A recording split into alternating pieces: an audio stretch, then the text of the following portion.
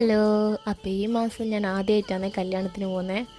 ഇത്രയും നാളെ കല്യാണം ഉണ്ടെന്ന് ഞാൻ പിന്നെ പോകാൻ നിന്നിട്ടില്ല. ഇത് പിന്നെ പോകാമെന്ന് വെച്ചാൽ ഫ്രണ്ട്സെല്ലാം ഉള്ളതുകൊണ്ട്. അപ്പോൾ ഇങ്ങനെ ഒരുങ്ങിയാലോ. അത് ഞാൻ ഐബ്രോസ് എല്ലാം ഫില്ല് ചെയ്ത് പിന്നെ കോലം കണ്ട അറിയാലോ, നമ്മൾ ഒരുങ്ങിയിട്ടും വലിയ കാര്യമൊന്നുമില്ല, ഉള്ളതേ കാണിക്കൂ.